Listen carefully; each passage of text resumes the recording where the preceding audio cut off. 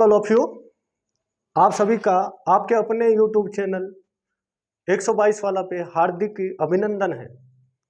गर्व की बात है कि आप लोग मेरे साथ जुड़े हुए हो। देखो, लगातार पिछले 2-3 दिन से कमेंट बॉक्स में कुछ कमेंट आ रहे हैं कि सर संकरण से संबंधित एक वीडियो बनाओ।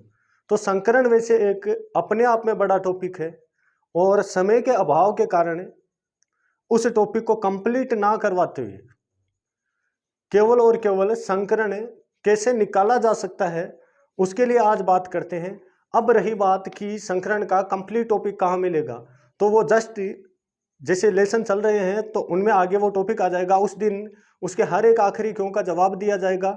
आज जो बातें होगी वो केवल और केवल इस चीज़ पर होगी कि हम संकरण कैसे निकाल सकते हैं, हमारा संकरण का क्वेश्चन सही कैसे हो। देखिए, ये टॉपिक देखने के बाद शायद ही आपका कोई क्वेश्चन संकरण से संबंधित गलत हो। शॉर्ट में बातें करेंगे। देखो, सबसे पहले संकरण में करना क्या है। देखो, संकरण क्या है, क्यों उत्पन्न हुआ, इसकी आवश्यकता क्या हुई, इसमें पूरी डिटेल से बातें किसी एक सेपरेट वीडियो में की जाएगी। लेकिन संकरण निकाला कैसे जा सकता है उस पर हम बातें कर लेते हैं। तो संकरण अगर ज्ञात करना है किसी भी भाई को तो पहला काम ये करना है कि जैसे हमें कोई अणु दे दिया है H2O, ये कोई अणु है।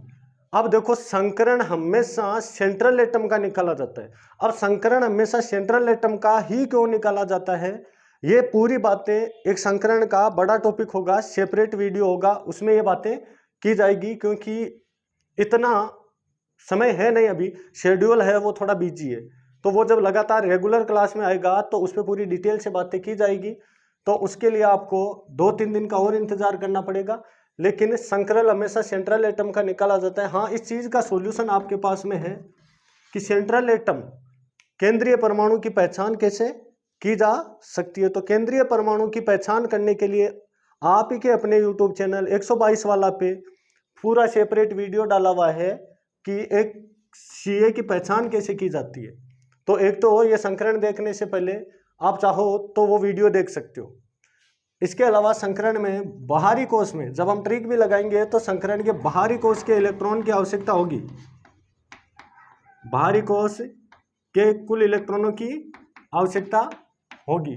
तो बाहरी कोश के कुल इलेक्ट्रॉन कैसे निकाले जाएंगे। बाहरी कोश के इलेक्ट्रॉन निकालने के लिए आपके अपने चैनल 122 वाला पे ही एक और वीडियो है जिसका नाम है इलेक्ट्रॉनिक कॉन्फ़िगरेशन, इलेक्ट्रॉनिक विन्यास। वहाँ आपको हर चीज़ समझाई गई है, बाहरी कोश कैसे पहचाना जाता है, क्या किया जाता है, कैसे इलेक्ट्रॉनिक कॉन्फ़िगरेशन भरा जाता है। अगर ये 2 चीज़ें आपको आती है तो फिर ये ट्रिक अप्लाई हो जाएगी।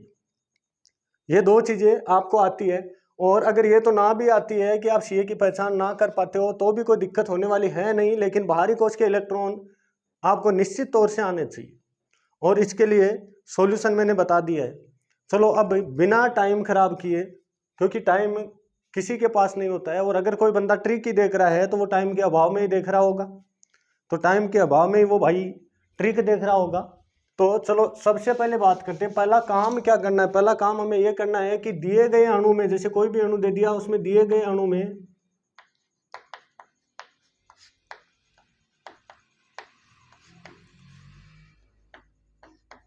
दिए गए अणु के, नोट करते जाए भाई, दिए गए अणु के सबसे बाहरी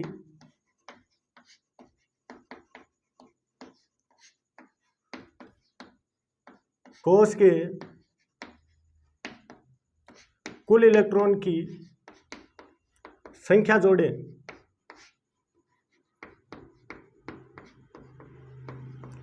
देखो, कहना क्या चाहते हैं, जैसे हमें दिया HNO3, तो हमें करना क्या है, जितने भी एटम इसमें, जितने भी परमाणु इसमें शामिल हुए हैं, उन सभी के बाहरी कोशों के इलेक्ट्रॉनों की संख्या को जोड़ लेना है। तो जैसे इसमें हाइड्रोजन शामिल है, इसके बाहरी कोश में 1 इलेक्ट्रॉन होता है। नाइट्रोजन के बाहरी कोश में 5 इलेक्ट्रॉन होते हैं। और ऑक्सीजन, एक ऑक्सीजन के बाहरी कोश में कितने इलेक्ट्रॉन होते हैं बताइए। देखिए, 6 इलेक्ट्रॉन होते हैं। अब इनको जोड़ना है, लेकिन ध्यान देने की बात यह है कि ऑक्सीजन 3 है तो 6 × 3, ये टोटल इलेक्ट्रॉन कितने हो जाएंगे, 18। तो टोटल हो गए 18 और 1 19 और 5 24 इलेक्ट्रॉन टोटल आ गए। ऐसे करके आपको कुल इलेक्ट्रॉनों की संख्या जोड़ लेनी है। जब आपके पास कुल इलेक्ट्रॉन आ जाए तो यहां से कुछ प्राप्त मान हो जाएंगे, कुछ मान प्राप्त होंगे यहां से जब हम जोड़ेंगे। तो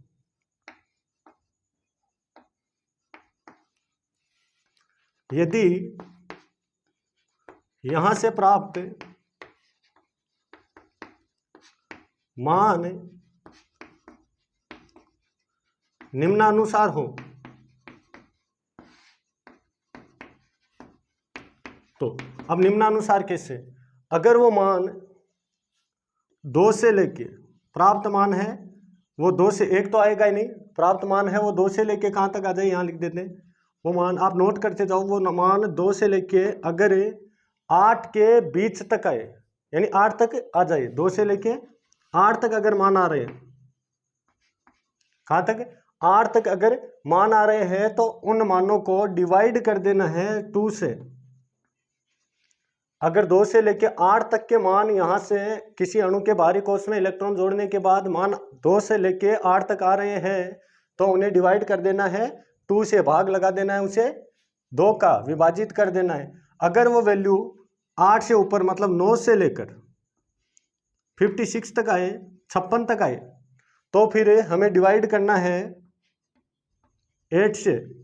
ध्यान रखने की बात है, गलतियां यहीं पे होगी। अगर बाहरी कोश के इलेक्ट्रॉन जोड़ने पर वैल्यू 9 से लेके 56 के बीच में आ जाती है तो हमें डिवाइड कर देना है किससे, किससे डिवाइड कर देना है, 8 से। और अगर वैल्यू 56 अबव हो,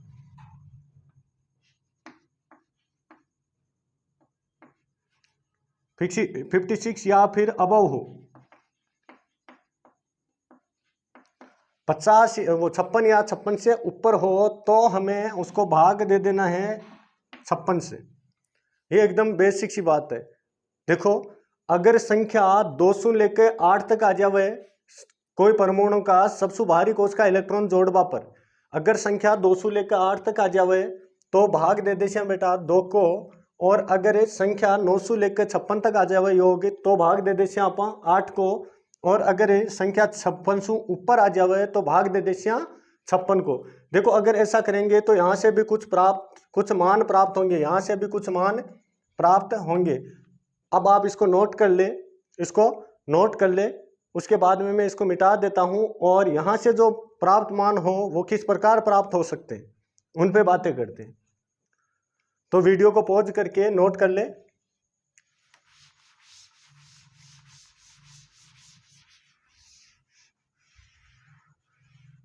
अब देखो संख्याओं को 2, 8, 56 से डिवाइड करने के बाद उन मानों को 2, 8 और 56 से डिवाइड करने के बाद क्या होगा, यहां से कुछ और मान प्राप्त होंगे।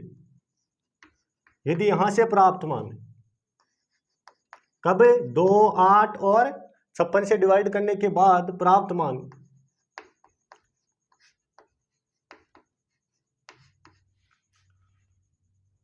निम्नानुसार हो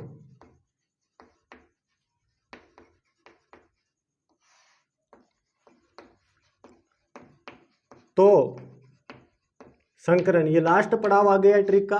तो संकरण क्या होगा, बड़ी आसान सी ट्रिक है, बहुत आसान है, कभी क्वेश्चन गलत नहीं होगा। अब यहां से प्राप्त मान 2 से कम आएंगे नहीं, ध्यान रखना ये वैल्यू 2 से कम आएगी नहीं, तो मान जो प्राप्त हुए वो मान, और यहां हम लिख लेते हैं संकरण कि अगर मान ऐसा आया तो संकरण कितना होगा।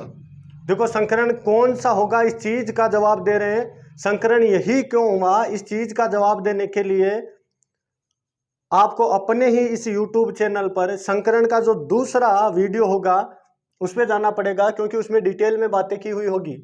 तो अगर प्राप्त मान 2 हो या फिर वो 3 हो सकते हैं या 4 हो सकते हैं, 5 भी हो सकते हैं, 6 हो सकते हैं और 7 हो सकते हैं।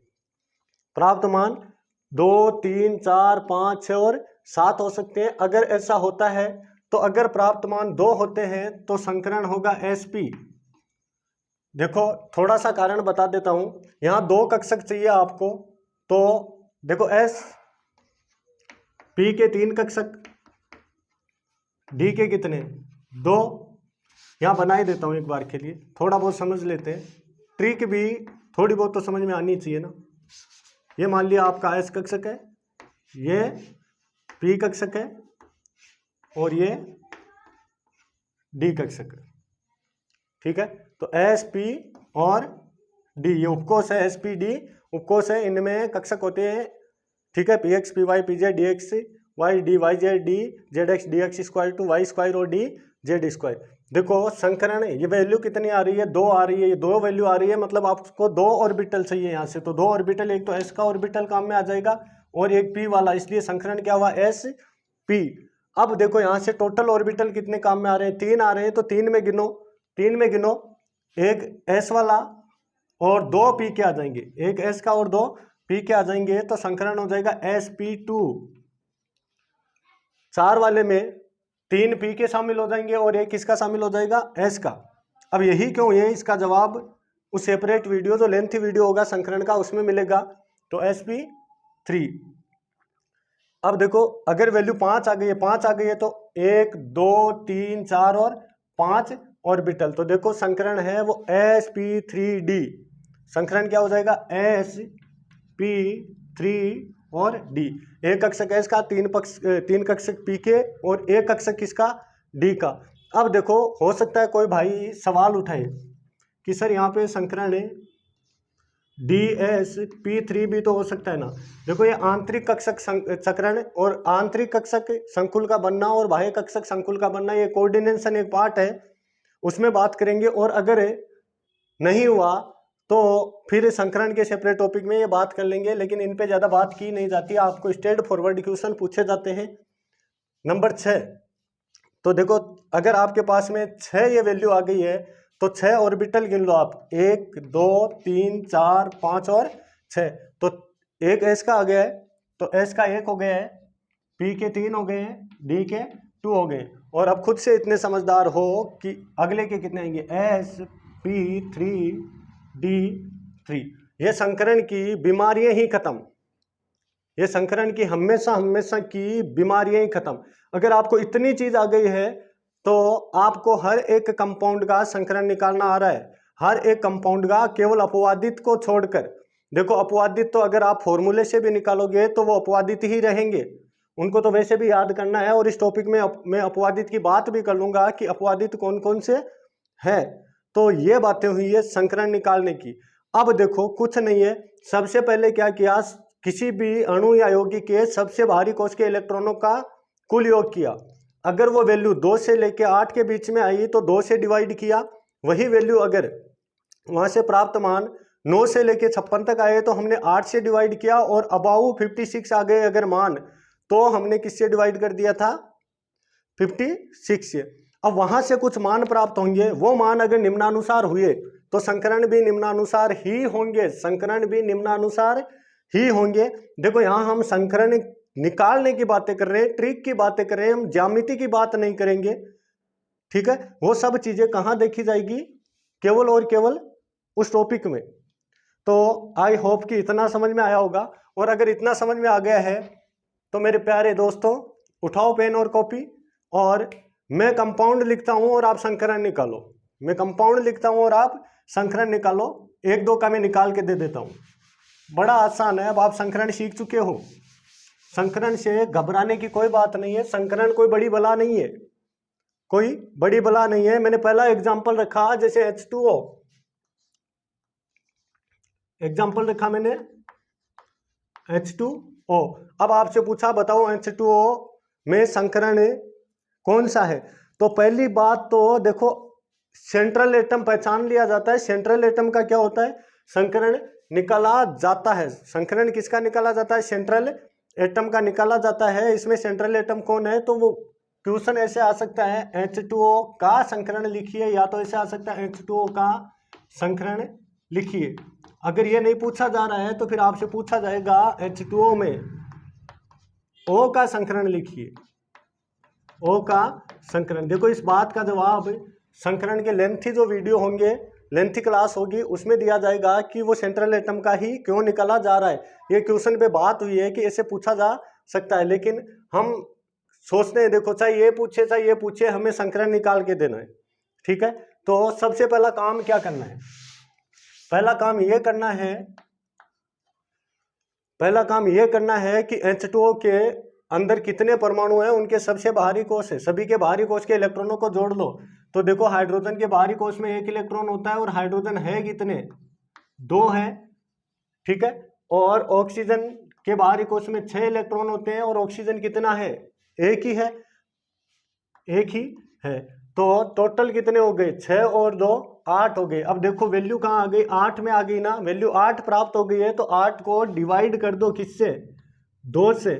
8 को डिवाइड कर दो किससे, 2 से। जैसे आप इसको 2 से डिवाइड करोगे तो यहाँ से एक वैल्यू प्राप्त होगी, वो 4 प्राप्त हो गई है, ठीक है। अब कुछ नहीं करना है, 4 के लिए संकरण, 4 कक्षक काम में आ रहे हैं, तो 4 के लिए संकरण 1 S कक्षक और 3 P कक्षक। वैल्यू 4 आ गई है तो संकरण कौन सा हो गया बेटे, sp3, और ये हमेशा sp3 ही रहेगा। अब आप चाहे किसी तरीके से निकाल के ले आओ, आ रहा है समझ में। चलो, तो इसी प्रकार से मैंने दूसरा अगर एग्जांपल रखा कि आपके पास में PCl5, चलो पहले इजी से शुरू करते हैं। मैंने दूसरा एग्जांपल रख दिया CH4, तो CH4 का संकरण बताओ, CH4 का संकरण बताओ। तो CH4 में देखो भाई, C कार्बन के बाहरी कोश में कितने इलेक्ट्रॉन, 6 इलेक्ट्रॉन, और हाइड्रोजन 4 है, और एक हाइड्रोजन के बाहरी कोश में कितने इलेक्ट्रॉन होते हैं, 1 इलेक्ट्रॉन होता है। तो टोटल कार्बन के बाहरी कोश में 4 इलेक्ट्रॉन, तो टोटल इलेक्ट्रॉन कितने आ गए, 8। अगर 8 आ गए हैं तो वैल्यू 2 और 8 के बीच की है या 8 तक है, तो यहाँ से डिवाइड कर दो 2 से, तो यहाँ से वैल्यू आ गई है 4। तो संकरण 4 के लिए कौन सा हो गया है, sp3। अगला हमें कंपाउंड दिया गया है, जैसे मान लो दे दिया है CCl4, कंपाउंड दे दिया है CCl4। तो देखो कार्बन टेट्रा क्लोराइड सभी परमाणुओं के बाहरी कोश, तो कार्बन के बाहरी कोश में 4 इलेक्ट्रॉन प्लस एक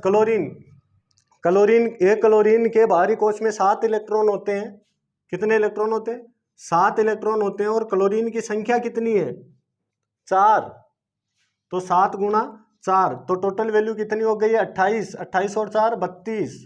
अब देखो 32 वैल्यू किसके बीच में आई, 9 और 56 के बीच में वैल्यू आ गई। तो अगर 9 और 56 के बीच में वैल्यू आती है तो हम डिवाइड करते हैं किससे, 8 से। तो अंतिम मान क्या आ गए, 4 आ गया है। और 4 अगर मान आया है तो संकरण कौन सा हो गया है मेरे प्यारे दोस्तों, संकरण कौन सा हो गया है, sp3। और अब अगर बात करें एक और एग्जाम्पल की, तो जैसे मैंने लिया BeCl2, तो इनके बाहरी कोश के इलेक्ट्रॉन, बेरिलियम के बाहरी कोश में 2 इलेक्ट्रॉन कितने नंबर पे आता है, हाइड्रोजन, हीलियम, लिथियम और बेरिलियम। इलेक्ट्रॉनिक कॉन्फ़िगरेशन क्या हो गया, 1s2 और 2s2। तो बाहरी कोश में कितने इलेक्ट्रॉन हुए, 2 इलेक्ट्रॉन। देखो भाई, किसी को बाहरी कोश के अगर इलेक्ट्रॉन नहीं पहचानना आता है तो वो मेरा वीडियो जाके देखिए अपने ही इस यूट्यूब चैनल पर कि बाहरी कोश कैसे पहचाना जा सकता है, तो वहाँ मिल जाएगा इलेक्ट्रॉनिक विन्यास के वीडियो में। तो देखो यहाँ से इसके बाहरी कोश में 2 और एक क्लोरीन के बाहरी कोश में 7 इलेक्ट्रॉन होते हैं। और टोटल क्लोरीन की संख्या कितनी है, 2 है। तो टोटल वैल्यू कितनी आ गई है, टोटल वैल्यू कितनी आ गई है, गिन लो, 7 दूनी 14 और 2 18, सॉरी 14 और 2 16 आ गई है। तो डिवाइड किससे करूँ, अब देखो वैल्यू किसके बीच में आ गई है, 9 से लेकर 56 के बीच में आ गई है ना। तो डिवाइड किससे कर दे, 8 से कर दे। अगर डिवाइड 8 से किया तो वैल्यू कितनी आई, 2। और 2 के लिए संकरण कौन सा होता है मेरे प्यारे दोस्तों, sp। संकरण कौन सा होता है, sp। BeCl2 में हमेशा संकरण कौन सा मिलना है आपको, sp ही मिलना है। आगे और एग्जाम्पल कर लेते हैं, जैसे मैंने लिखा PCl5, मैंने लिख दिया PCl5, फास्फोरस पेंटाक्लोराइड। अब बताओ फास्फोरस के बाहरी कोश में कितने इलेक्ट्रॉन, फास्फोरस कितने नंबर पे आता है, 15 नंबर पे आता है। तो इसके बाहरी कोश में कितने इलेक्ट्रॉन हुए, 5। और क्लोरीन कितने हैं, फास्फोरस के बाहरी कोश में 5 इलेक्ट्रॉन और क्लोरीन कितने हैं, 5। तो एक क्लोरीन के बाहरी कोश में 7 इलेक्ट्रॉन और क्लोरीन की संख्या कितनी है, 5। तो 7 गुणा 5 35, 35 प्लस और 35 और 5 कितने हो गए हैं बेटे, 40। 40 को भाग किससे दूं, 40 संख्या किसके बीच में आई है, 9 से लेके 56 के बीच क्या आ गई है, तो 8 से डिवाइड कर दो। 8 से डिवाइड किया तो आई थिंक 5 बार भाग चला गया होगा, तो 5 और 5 अगर वैल्यू आ गई है तो संकरण कौन सा होगा। देखो एक एस कक्षक हो जाएगा, 3 पी कक्षक हो जाएंगे और D1 sp3d1 हो गई ना, 3 और 2 5, तो संकरण है PCl5 का कौन सा होगा, sp3d1 होगा। आगे बात करते हैं हम संकरण है, अगर हम सल्फर का निकालना चाहिए, किसका निकालना चाहिए, सल्फर का, तो बात कर लेते हैं जैसे मान लो SF6 की। तो SF6 में संकरण क्या है, तो सल्फर के बाहरी कोश के इलेक्ट्रॉन 6 इलेक्ट्रॉन गुणा प्लस 6 आपके पास में फ्लोरीन है, एक फ्लोरीन के बाहरी कोश में 7 इलेक्ट्रॉन होते हैं, तो 7 को 6 से गुणा कर लो, 42 और 6 48 हो गए। क्या टोटल इलेक्ट्रॉन कितने आ गए, 48। 48 अगर वैल्यू आ गई है तो डिवाइड कर दो किससे, 8 से, तो वैल्यू आ गई है 6 के लिए संकरण sp3d2, संकरण कौन सा हो जाएगा इसका, sp3d2। जैसे बात करते हैं SOCl2 में संकरण, चलो इनको मिटा देता हूं ऊपर से, आई थिंक कि आप साथ साथ लिख रहे होंगे तो ऊपर से मिटा देता हूं।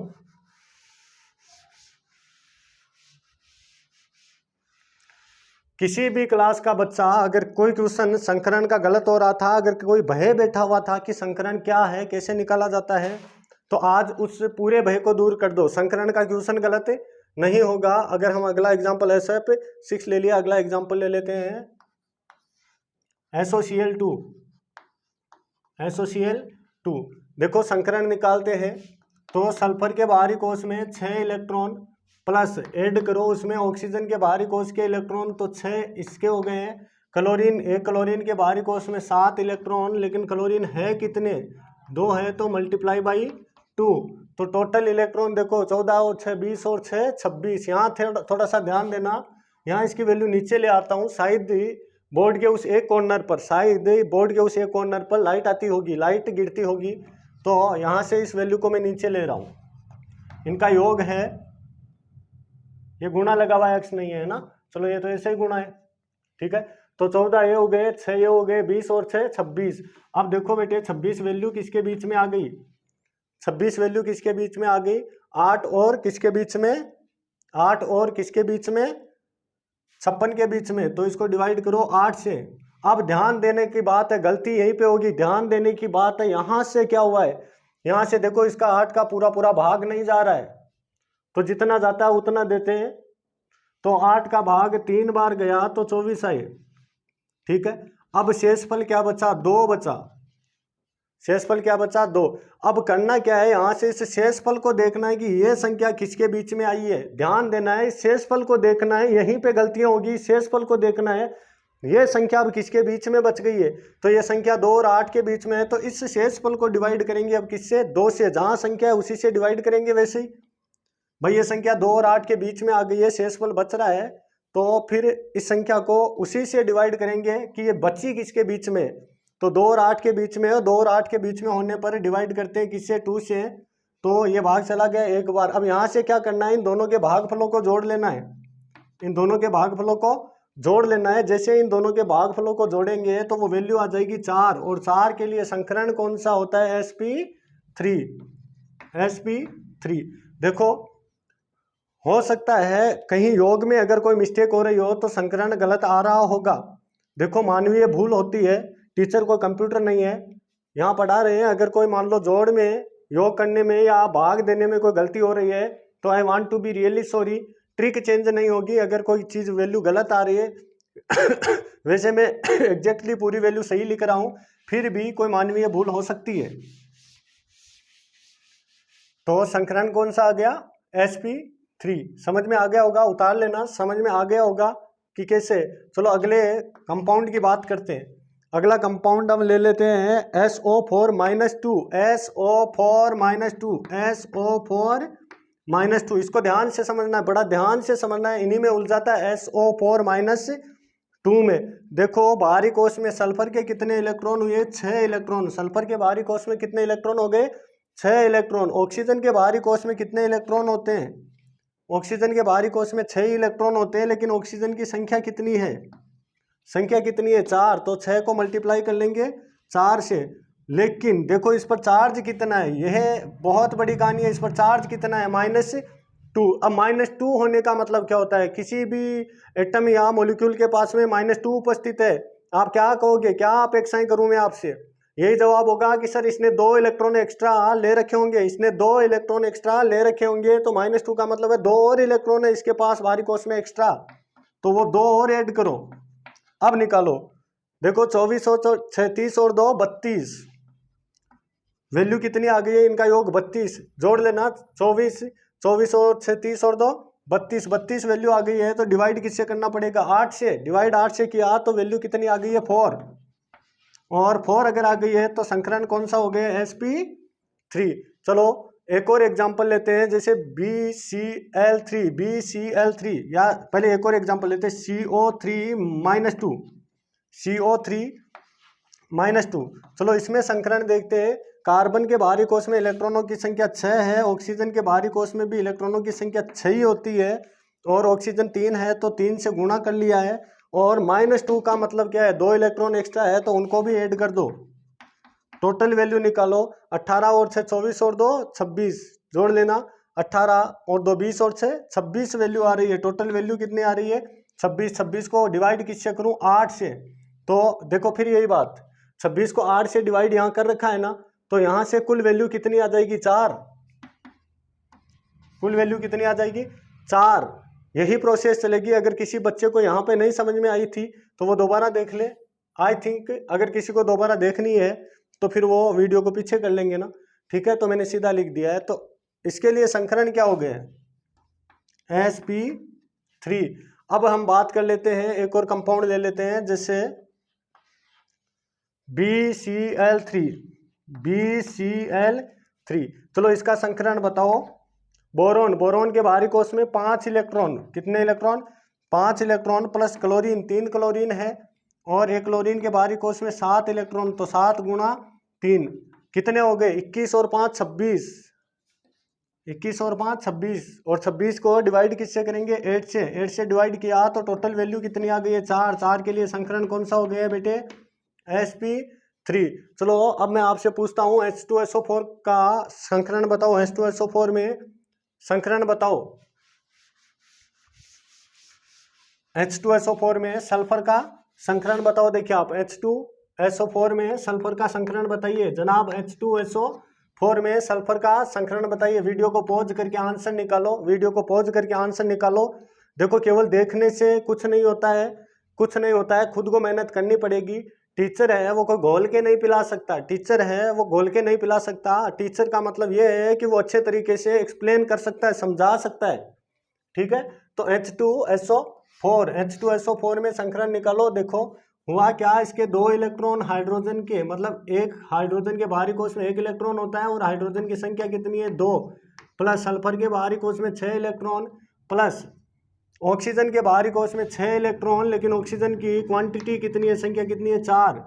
टोटल वैल्यू जोड़ लो, 24 और 36 और 2 32। 24 और 36 और 2 32। 32 के लिए संकरण बताओ। 32 को किससे डिवाइड करेंगे, 8 से।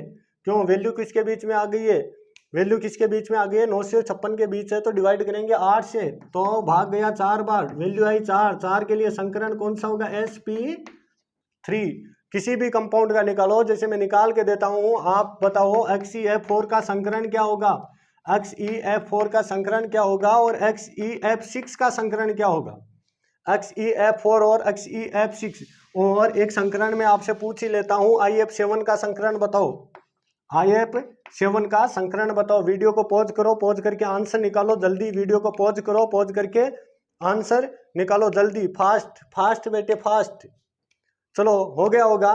देखो ये एक अक्रिय गैस है, जीनोन होती है वो अक्रिय गैस, और सभी अक्रिय गैसों के, अक्रिय तो नहीं कह सकता, ये कम क्रियाशील गैस है, कम क्रियाशील गैस है, ग्रुप 18 की गैस, और इनका बाह्यतम इलेक्ट्रॉनिक कॉन्फ़िगरेशन NH2Np6 होता है, इसलिए इनके बाहरी कोश में कुल इलेक्ट्रॉन कितने होते हैं, 8। तो जीनोन के बाहरी कोश में कितने इलेक्ट्रॉन है, 8, प्लस एक फ्लोरीन के बाहरी कोश में 7, फ्लोरीन कितने, 4।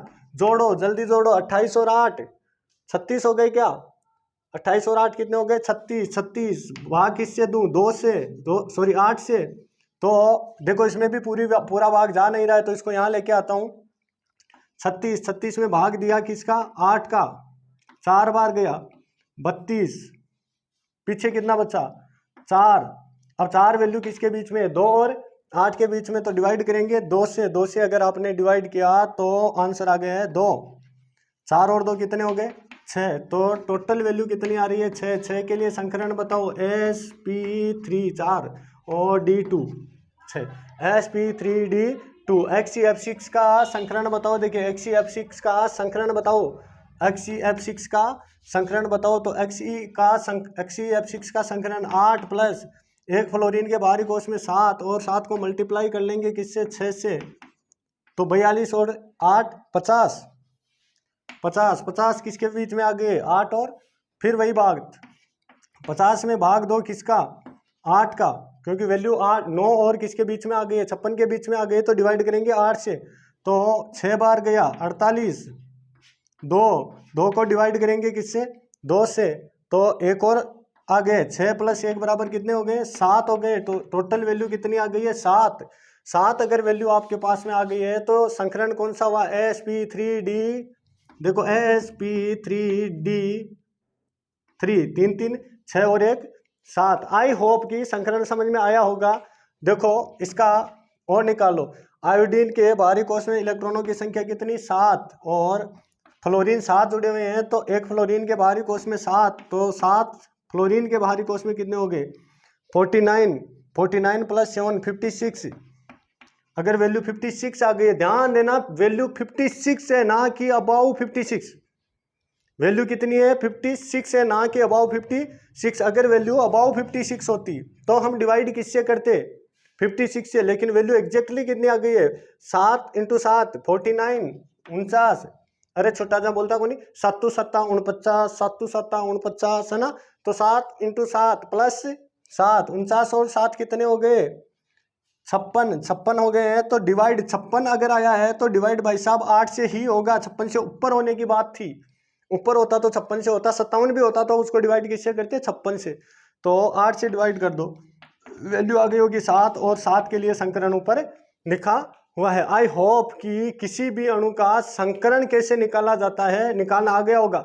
अब आप पे मैं काम छोड़ता हूँ, आप पहले एक काम करोगे, आपको जो भी बुक मिलती है, जो भी संकरण मिलता है, जो भी कंपाउंड दिखता है, आप उसका संकरण निकालने की कोशिश करो, उसका संकरण निकालो, और उसके बाद में आप गूगल वगैरह की सहायता लेके उसका संकरण चेक करो। चेक करके अगर ये आंसर सही आ रहे हैं तो आप कमेंट बॉक्स में ज़रूर लिखें कि आपको संकरण समझ में आया या नहीं आया। क्या आपकी इस वीडियो से कोई हेल्प हुई है, क्या आपकी इस वीडियो से कुछ हेल्प हुई है। अब बातें करते हैं कि कुछ अपवादित परमाणु होते हैं, कुछ अपवादित यौगिक होते हैं जिनका संकरण है वो अपवादित ही होगा।